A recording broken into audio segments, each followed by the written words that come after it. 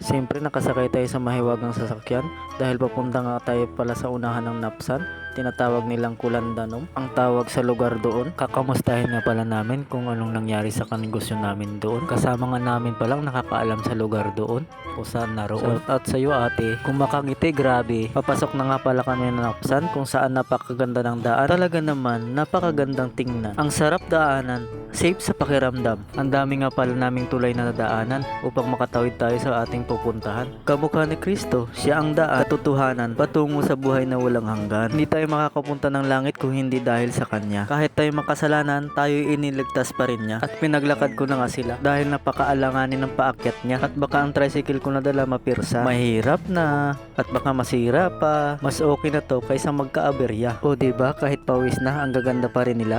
Pinababa ko nga muna sila dahil ang gulong ay dumudulas na. Yan nga pala ang daan papasok pa sa kanila. Malapit na nga dyan, siguro mga 1 oras pa. Sobrang dulas talaga at ang mga batoy nilulumot na. At naglakad na lang nga kami papunta sa kanila. Iniwan ko lang nga pala yung tricycle na dala ko kanina. Saka mag-aanak na kasama namin kanina. At napakaalanganin ng daan at napakalubak. At baka ang tricycle masira pa. Lagot ako sa tiya niya. Pagkatapos ng daan ng kalubakan, umakyat nga kami sa kabundukan. Ang hirap pala mag-travel talaga. At napakainit pa. Pero okay lang, makapunta lang sa kanila. At dito na nga kami sa lugar na tinatawag nilang Kapatagan. Katulad ng tawag ng lugar sa aking tinirahan. Katulad ng nakikita nyo ang mga bahay dyan, simple lang. At dito na nga namin nalaman, nung unay kami naguguluhan at ngayon aming naunawaan. Mayroon sila palang matinding problemang pinagdaanan at mabuti na lang aming pinuntahan upang aming maintindihan. At sila'y nagkwintahan, humingi na lang ako kahit magkano lang para pag uwi may pangbaon sa daan. At ang mga anak ko ay talaga namang nag-enjoy dyan. At sabi nga ng kumpare ko dyan, dito na lang kayo maghapunan